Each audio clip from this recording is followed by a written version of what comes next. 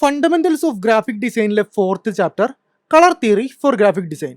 കളേഴ്സിനെ പറ്റി പറയുമ്പോൾ നമ്മൾ ഏറ്റവും ആദ്യം മനസ്സിലാക്കേണ്ടത് എന്താണ് ഹ്യൂ എന്നതാണ്. ഹ്യൂ എന്ന് പറയുന്നത് ഏതൊരു കളറിന്റെയും അല്ലെങ്കിൽ കളർ വേരിയേഷന്റെയും ബേസ് കളറാണ്, അതായത് ഒരു കളറിന്റെ പ്യുവറസ്റ്റ് ഫോം.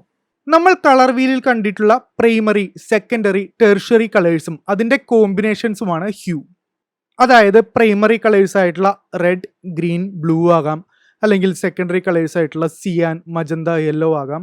അങ്ങനെ ഏത് വേണമെങ്കിലും ആകാം. പക്ഷേ അതിൻ്റെ ലൈറ്റ്നെസ്സിനും ഡാർക്ക്നെസ്സിനും ഒന്നും വേരിയേഷൻ ഉണ്ടാകില്ല. അപ്പോൾ ലൈറ്റ്നെസ്സിനും ഡാർക്ക്നെസ്സിനും വേരിയേഷൻ വരികയാണെന്നുണ്ടെങ്കിൽ കളറിന് എന്ത് സംഭവിക്കും? അത് സൂചിപ്പിക്കാൻ വേണ്ടി 3 സെപ്പറേറ്റ് ടേംസ് ഉണ്ട്: ടിൻറ്റ്, ടോൺ, ഷെയ്ഡ്. ഇത് എളുപ്പം മനസ്സിലാവാൻ നമുക്ക് റെഡ് ഹ്യൂവിൽ ഇത് എങ്ങനെയാണ് വർക്ക് ചെയ്യുന്നത് എന്ന് നോക്കാം. ആദ്യം നമ്മൾ റെഡ് ഹ്യൂവിലേക്ക് പ്യുവർ വൈറ്റ് കളർ ആഡ് ചെയ്യുകയാണെന്ന് വിചാരിക്കുക. അപ്പോൾ നമ്മൾക്ക് കിട്ടുന്ന കളറിന്റെ വാല്യൂ ആണ്, അല്ലെങ്കിൽ കളറിന്റെ വേരിയേഷനെയാണ് ടിൻറ്റ് എന്ന് പറയുന്നത്. നമ്മൾ ഉപയോഗിക്കുന്ന റെഡിന്റെയും വൈറ്റിന്റെയും ക്വാണ്ടിറ്റിയിൽ വരുന്ന വ്യത്യാസത്തിനനുസരിച്ച് ടിൻറ്റിലും വേരിയേഷൻ വരും. നെക്സ്റ്റ് നമ്മൾ ഇതേ റെഡ് ഹ്യൂവിലേക്ക് ഗ്രേ കളറാണ് ആഡ് ചെയ്യുന്നത് എന്ന് വയ്ക്കുക. അപ്പോൾ നമ്മൾക്ക് കിട്ടുന്ന വേരിയേഷൻസിനെയാണ് ടോൺ എന്ന് പറയുന്നത്. ഇനി നമ്മൾ ഗ്രേക്ക് പകരം പ്യുവർ ബ്ലാക്ക് ആണ് ആഡ് ചെയ്യുന്നതെങ്കിൽ ആ കിട്ടുന്ന വേരിയേഷൻസിനെ ഷെയ്ഡ് എന്ന് പറയും. ഒരു ഹ്യൂവിൻ്റെ കൂടെ നമ്മൾ ആഡ് ചെയ്ത് കൊടുക്കുന്ന ബ്ലാക്കിൻ്റെയും വൈറ്റിൻ്റെയും ഗ്രേയുടെയും ക്വാണ്ടിറ്റി അനുസരിച്ച് ടിൻറ്റിലും ടോണിലും ഷെയ്ഡിലും ധാരാളം വേരിയേഷൻസ് നമുക്ക് അവൈലബിൾ ആയിരിക്കും. ഇനി കളർ തിയറിയിൽ നമ്മൾ അറിഞ്ഞിരിക്കേണ്ട നെക്സ്റ്റ് 2 ടേംസ് ആണ് സാച്ചുറേഷനും വാല്യൂ. സാച്ചുറേഷൻ സൂചിപ്പിക്കുന്നത് കളറിൻ്റെ ഇൻറ്റൻസിറ്റിയെയാണ്. അതായത് നമ്മുടെ കളർ ഹ്യൂവിനെ അനുസരിച്ച് എത്രത്തോളം വൈബ്രൻ്റ് ആണ് എന്ന്. ടോണിലുള്ള വേരിയേഷൻസ് ആണ് ഇതിൽ നമുക്ക് കാണാനായിട്ട് സാധിക്കുക. അതായത് കളർ പ്യുവർ ഹ്യൂവിൽ നിന്നും ഗ്രേയിലേക്ക് വരുന്നു. അതേസമയം വാല്യൂ സൂചിപ്പിക്കുന്നത് കളറിന്റെ ഡാർക്ക്നെസ്സിനെയും ലൈറ്റ്നെസ്സിനെയാണ്. ഇതിൽ പ്യുവർ വൈറ്റിൽ നിന്നും ബ്ലാക്കിലേക്കാണ് കളറിന്റെ വേരിയേഷൻ നീങ്ങുക. അതായത് ഏതൊരു കളറുള്ള സർഫസ് ആണെങ്കിലും ആ സർഫസിൽ വളരെയധികം പ്രകാശം വീണ് വെട്ടിത്തിളങ്ങുമ്പോൾ ഉണ്ടാകുന്ന വെള്ള കളറും, അതേപോലെ ഒട്ടും പ്രകാശമില്ലാതെ ഇരുട്ടിലിരിക്കുമ്പോൾ ഉള്ള പോലത്തെ ബ്ലാക്ക് കളറും. ഇപ്പോൾ കളറിന്റെ ബേസിക് സ്ട്രക്ചർ അല്ലെങ്കിൽ വേരിയേഷൻ എങ്ങനെയാണ് വരുന്നത് എന്ന് നമ്മൾ മനസ്സിലാക്കി. പക്ഷേ ഇനി നമ്മൾ നോക്കേണ്ട കാര്യം ഏത് കളറിന്റെ കൂടെ ഏത് കളർ മാച്ച് ആകും, അല്ലെങ്കിൽ ഏത് കളറിന്റെ കൂടെ ഏത് കളർ ഉപയോഗിക്കാൻ പാടില്ല എന്ന് തുടങ്ങിയ കാര്യങ്ങളാണ്. എങ്ങനെ കളർ സെലക്ഷനിൽ നമുക്കൊരു ഹാർമണി കൊണ്ടുവരാനായിട്ട് സാധിക്കും? അതായത് നമ്മളുടെ ഡിസൈനിൽ മാത്രമല്ല, വീടുകളിലേക്ക് സാധനങ്ങൾ തിരഞ്ഞെടുക്കുമ്പോഴോ അല്ലെങ്കിൽ നമ്മൾ ഇടുന്ന ഡ്രസ്സ് തിരഞ്ഞെടുക്കുമ്പോഴോ നമുക്ക് ഈ കളർ ഹാർമണി യൂസ് ചെയ്യാം. കളർ ഹാർമണി കൊണ്ടുവരാൻ വേണ്ടിയിട്ട് നമുക്ക് കുറച്ച് കളർ സ്കീംസ് അവൈലബിൾ ആണ്. നമുക്ക് അത് ഏതൊക്കെയാണെന്ന് നോക്കാം. അതിൽ ആദ്യത്തെ കളർ സ്കീമാണ് മോണോക്രോമാറ്റിക്. മോണോക്രോമാറ്റിക്കിൽ നമ്മൾ ഒരൊറ്റ ഹ്യൂ മാത്രമേ ഉപയോഗിക്കൂ. ഉദാഹരണത്തിന് റെഡ്, അല്ലെങ്കിൽ ബ്ലൂ, അല്ലെങ്കിൽ ഈ ഒരു കേസിൽ യെല്ലോ. ഇതിൽ ഏത് തന്നെ ഹ്യൂ ആണ് എടുക്കുന്നതെങ്കിലും ബാക്കി കളേഴ്സ് നമ്മൾ സെലക്ട് ചെയ്യുക ഈ ഒരു ഹ്യൂവിൻ്റെ ടിൻറ്റും ടോണും ഷെയ്ഡും ഒക്കെ ആയിട്ടാണ്. അതായത് different colours same hue. Colour wheel ഉപയോഗിച്ച് കളർ പാലറ്റ്സ് ക്രിയേറ്റ് ചെയ്യാൻ വേണ്ടിയിട്ട് യൂസ് ചെയ്യുന്ന ഒരു ഓൺലൈൻ ടൂളാണ് അഡോബിയുടെ color.adobe.com എന്ന് നമ്മൾ ഗൂഗിളിൽ സെർച്ച് ചെയ്യുകയാണെന്നുണ്ടെങ്കിൽ ഈ ഒരു വെബ്സൈറ്റ് നമുക്ക് അവൈലബിൾ ആയിരിക്കും. അഡോബി കളർ എന്ന ഈ വെബ്സൈറ്റിന് ധാരാളം യൂസസ് ഉണ്ട്. അതിൽ മെയിനായിട്ട് വരുന്നത് തന്നെ കളർ വീൽ യൂസ് ചെയ്ത് ഈ പാലറ്റ്സ് ക്രിയേറ്റ് ചെയ്യുക എന്നതാണ്. അതുകൂടാതെ ഇവിടെ മുകളിൽ നമുക്ക് നോക്കുകയാണെന്നുണ്ടെങ്കിൽ എക്സ്പ്ലോറിൻ്റെ ഉള്ളിൽ ആളുകൾ ഓൾറെഡി ക്രിയേറ്റ് ചെയ്ത് വെച്ചേക്കുന്ന ധാരാളം കളർ പാലറ്റ്സ് അവൈലബിൾ ആയിരിക്കും. 5 കളേഴ്സുള്ള പാലറ്റ്സ് ആണ് ഇവിടെ ഉണ്ടാവുക. മുകളിൽ വരികയാണെന്നുണ്ടെങ്കിൽ ഇവിടെ നമുക്ക് ഇഷ്ടമുള്ള കളർ തീം അല്ലെങ്കിൽ എന്തെങ്കിലും ഒരു കീവേഡ് വെച്ച് സെർച്ച് ചെയ്യുകയാണെന്നുണ്ടെങ്കിൽ അതിനനുസരിച്ച് അവൈലബിൾ ആയിട്ടുള്ള കളർ പാലറ്റ്സ് ഇവിടെ അവൈലബിൾ ആയിരിക്കും. അതിൽ നമ്മൾ ക്ലിക്ക് ചെയ്യുകയാണെന്നുണ്ടെങ്കിൽ നമുക്കിത് ഡൗൺലോഡ് ചെയ്യാനും സേവ് ചെയ്യാനുള്ള ഓപ്ഷൻസ് ഒക്കെ ഉണ്ട്. അപ്പോൾ നമുക്ക് സ്വന്തമായിട്ട് കളർ പാലറ്റ്സ് ക്രിയേറ്റ് ചെയ്യാനുള്ള എക്സ്പീരിയൻസ് ഇല്ല, അല്ലെങ്കിൽ അത്രയ്ക്ക് കോൺഫിഡൻ്റ് ആയിട്ടുള്ള ഒരു കളർ സെൻസ് ഇല്ല എങ്കിൽ നമുക്ക് മറ്റു ആൾക്കാർ ഇവിടെ യൂസ് ചെയ്തേക്കുന്ന കളർ പാലറ്റ്സുകളിൽ ഏതെങ്കിലും ചൂസ് ചെയ്തിട്ട് നമുക്കത് നമ്മുടെ വർക്കിലോട്ട് കൊണ്ടുവരാം. ഇനി നിങ്ങൾ എക്സ്പീരിയൻസ്ഡ് ആയിട്ടുള്ള ഒരു ഡിസൈനർ ആണെങ്കിൽ തന്നെ അപ്പോഴും നമ്മൾ മറ്റാൾക്കാർ ചെയ്തേക്കുന്ന വർക്കുകൾ റെഫർ ചെയ്യുകയാണെന്നുണ്ടെങ്കിൽ നമുക്ക് കുറച്ചുകൂടി ഒരു ഐഡിയ കിട്ടും. മറ്റ് പ്രൊഫഷണൽസിന്റെ വർക്കുകളിൽ നിന്ന് നമ്മൾ ഇൻസ്പയർഡ് ആയിട്ട് ചെയ്യുമ്പോഴാണ് നമ്മുടെ വർക്കും പ്രൊഫഷണൽ ആയിട്ട് തോന്നുക. അതുമാത്രമല്ല എക്സ്പ്ലോറിന്റെ ഇപ്പുറത്ത് ട്രെൻഡ്സിൽ നമ്മൾ വന്ന് ക്ലിക്ക് ചെയ്യുകയാണെന്നുണ്ടെങ്കിൽ ഓരോ ഫീൽഡിലും അവൈലബിൾ ആയിട്ടുള്ള ലേറ്റസ്റ്റ് അല്ലെങ്കിൽ ട്രെൻഡിങ് വർക്കുകളെ അനലൈസ് ചെയ്ത് അതിൽ നിന്നും കളർ സ്കീം ക്രിയേറ്റ് ചെയ്തേക്കുന്ന കുറേ ഓപ്ഷൻസ് നമുക്കിവിടെ അവൈലബിൾ ആയിരിക്കും. നമ്മളൊരു ഡിസൈൻ ക്രിയേറ്റ് ചെയ്യുമ്പോൾ തീർച്ചയായും ഇതുപോലത്തെ സൈറ്റുകളിൽ വന്നിട്ട് നമുക്ക് അനുയോജ്യമായിട്ടുള്ള ഒരു കളർ സ്കീം സെലക്ട് ചെയ്യാനായിട്ട് ശ്രമിക്കുക. ഇനി നമുക്ക് തിരിച്ച് ക്രിയേറ്റിലേക്ക് വരാം. നമ്മളപ്പോൾ ആദ്യം പറഞ്ഞ കളർ സ്കീം എന്ന് പറയുന്നത് മോണോക്രോമാറ്റിക് ആണ്. ഇവിടെ മോണോക്രോമാറ്റിക് ആണ് സെലക്റ്റഡ് ആയിട്ട് കിടക്കുന്നത്.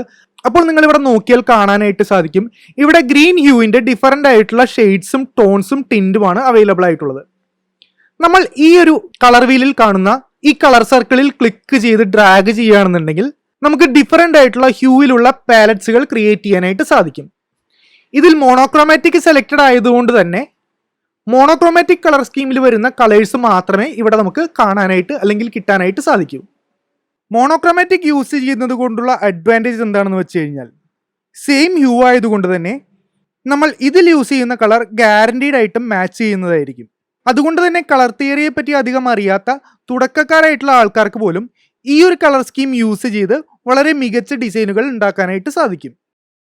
നെക്സ്റ്റ് വരുന്ന കളർ സ്കീമാണ് കോംപ്ലിമെന്ററി കളേഴ്സ്. കളർ വീലിൽ ഒരു കളറിന്റെ നേരെ ഓപ്പോസിറ്റ് കിടക്കുന്ന കളറാണ് കോംപ്ലിമെന്ററി കളർ.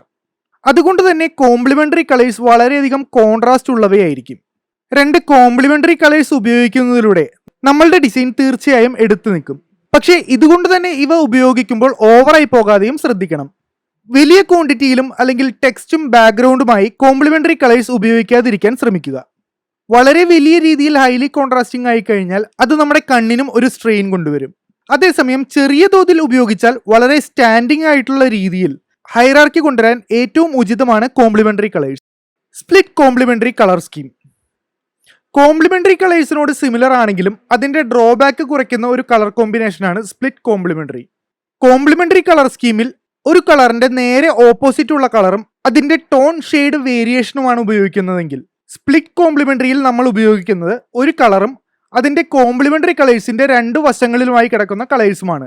അതുകൊണ്ട് തന്നെ കോംപ്ലിമെന്ററി കളർ സ്കീമിൽ ലഭിക്കുന്നത് പോലത്തെ വിഷ്വൽ കോൺട്രാസ്റ്റ് ഇതിനും നൽകാനായിട്ട് കഴിയുമെങ്കിലും കോംപ്ലിമെന്ററി കളേഴ്സിന്റെ അത്രയും ടെൻഷൻ ഇത് ക്രിയേറ്റ് ചെയ്യുന്നില്ല. അതുകൊണ്ട് തന്നെ ബിഗിനേഴ്സിന് കോംപ്ലിമെന്ററി കളർ സ്കീമിനേക്കാളും കൂടുതലും സുഖമായി യൂസ് ചെയ്യാൻ പറ്റുന്നത് സ്പ്ലിറ്റ് കോംപ്ലിമെന്ററി കളർ സ്കീമാണ്. അനലോഗസ് കളർ സ്കീം ഒന്നൊരെണ്ണത്തിന്റെ അടുത്ത് കിടക്കുന്ന കളേഴ്സിനെയാണ് അനലോഗസ് കളേഴ്സ് എന്ന് പറയുന്നത്. അടുത്ത് കിടക്കുന്ന കളേഴ്സ് ആയതുകൊണ്ട് തന്നെ ഇവ തമ്മിൽ വലിയ ബുദ്ധിമുട്ടില്ലാതെ മാച്ച് ചെയ്യുകയും കാണുമ്പോൾ കംഫർട്ടബിൾ ആയിട്ടുള്ള ഒരു ഡിസൈൻ ക്രിയേറ്റ് ചെയ്യുകയും ചെയ്യും. മാത്രമല്ല പ്രകൃതിയിൽ കൂടുതലായിട്ട് കാണാൻ സാധിക്കുന്ന കളർ സ്കീമാണ് അനലോഗസ്. ഇതുകൊണ്ട് തന്നെയാണ് ഒരു നാച്ചുറൽ ഫീലും കംഫർട്ടും ഈ ഒരു കളർ സെറ്റ് നമുക്ക് നൽകുന്നത്. പക്ഷേ അടുത്ത് കിടക്കുന്ന കളേഴ്സ് ആയതുകൊണ്ട് തന്നെ ഇവ തമ്മിൽ കോൺട്രാസ്റ്റ് ക്രിയേറ്റ് ചെയ്യുന്നുണ്ടോ എന്നുള്ള കാര്യം നമ്മൾ ശ്രദ്ധിക്കണം. ട്രയാഡിക് കളർ സ്കീം ഒരു ട്രയാങ്കിളിന്റെ ഷേപ്പിൽ കളർ വീലിൽ കിടക്കുന്ന കളേഴ്സാണ് ട്രയാഡിക് കളേഴ്സ്. ഉദാഹരണത്തിന് 3 പ്രൈമറി കളേഴ്സ് അല്ലെങ്കിൽ 3 സെക്കൻഡറി കളേഴ്സ്. ഏറെ ഡിഫറൻ്റ് ആയിട്ടുള്ള ഹ്യൂസ് ഉള്ളത് കൊണ്ട് തന്നെ ഇവ ഉപയോഗിക്കുമ്പോൾ ഡിസൈൻ വളരെ വൈബ്രൻ്റ് ആയിട്ട് നിൽക്കും. അതിപ്പോൾ ഉപയോഗിക്കുന്നത് ഹ്യൂവിന്റെ അൺസാച്ചുറേറ്റഡ് വേർഷൻ ആണെങ്കിലും ഈ ഒരു വൈബ്രൻസ് അവിടെ കാണാനായിട്ട് സാധിക്കും. അനലോഗസ് കളർ സ്കീമിലാണെങ്കിലും ട്രയാഡിക് കളർ സ്കീമിലാണെങ്കിലും നമ്മൾ ബാലൻസ് ചെയ്യുന്ന രീതിയിൽ തന്നെ കളർ ഉപയോഗിക്കണം. അതിനായിട്ട് ഒരു കളർ ഡോമിനൻ്റ് ആയിട്ടും മറ്റു കളേഴ്സ് അതിനെ സപ്പോർട്ട് ചെയ്യാനും വേണ്ടിയിട്ട് മാത്രം യൂസ് ചെയ്യുക. സ്ക്വയർ കളർ സ്കീം ഒരു കളർ വീലിൽ ക്രോസ് ആയിട്ട് കിടക്കുന്ന 4 കളേഴ്സ്, അതായത് 2 സെറ്റ് ഓഫ് കോംപ്ലിമെന്ററി കളേഴ്സ് ആണ് സ്ക്വയർ കളർ സ്കീം ഫോളോ ചെയ്യുന്നത്. ഈ കാരണം കൊണ്ട് തന്നെ വളരെ വൈബ്രൻ്റ് ആയിട്ടുള്ള ഒരു സെറ്റ് കളേഴ്സ് തന്നെയാണ് നമുക്ക് ഈ ഒരു കളർ സ്കീമിൽ കിട്ടുക. ധാരാളം കളർ വേരിയേഷൻസ് ഈ ഒരു സ്കീമിൽ നമുക്ക് കൊണ്ടുവരാനായിട്ട് സാധിക്കും. അതുകൊണ്ട് തന്നെ ഈ കളേഴ്സ് ബാലൻസ് കീപ്പ് ചെയ്യുന്നുണ്ടോ എന്നുള്ള കാര്യം നമ്മൾ ഉറപ്പുവരുത്തുക. അല്ലെങ്കിൽ ചിലപ്പോൾ കളറിന്റെ യൂസേജ് വളരെയധികം ഓവറായി പോകാൻ സാധ്യതയുണ്ട്. പ്രത്യേകിച്ച് 2 വാം കളേഴ്സും 2 കൂൾ കളേഴ്സും ഇതിൽ വരുന്നത് കൊണ്ട്. ഈ ഒരു കളർ സ്കീമിലും ഒരു കളറിനെ ഡോമിനൻ്റ് ആക്കി മറ്റേ കളേഴ്സിനെ സബ് ആക്കി വയ്ക്കുന്നതായിരിക്കും അനുയോജ്യം. ഇത് കൂടാതെ ഡബിൾ സ്പ്ലിറ്റ് കോംപ്ലിമെന്ററിയും അതേപോലെ കോമ്പൗണ്ടും ഷെയ്ഡ്സും അങ്ങനെ പലതരം കളർ സ്കീമുകൾ നമുക്കിവിടെ ചൂസ് ചെയ്യാനായിട്ട് സാധിക്കും. അഡോബി കളർ കൂടാതെ പാലറ്റ്സ് അല്ലെങ്കിൽ കളർ സ്കീം ക്രിയേറ്റ് ചെയ്യാൻ വേണ്ടിയിട്ട് നമുക്ക് ഉപയോഗിക്കാൻ സാധിക്കുന്ന വേറെയും ഓൺലൈൻ ടൂൾസ് ഉണ്ട്. അതിലൊന്നാണ് കൂളേഴ്സ്. കൂളേഴ്സ് എന്ന സൈറ്റിൽ നമ്മൾ വരികയാണെന്നുണ്ടെങ്കിൽ നമുക്കിവിടെ അഡോബി കളറിൽ കണ്ടതുപോലെ തന്നെ ഇവിടെ പാലറ്റ് ക്രിയേറ്റ് ചെയ്യാനായിട്ട് സാധിക്കും.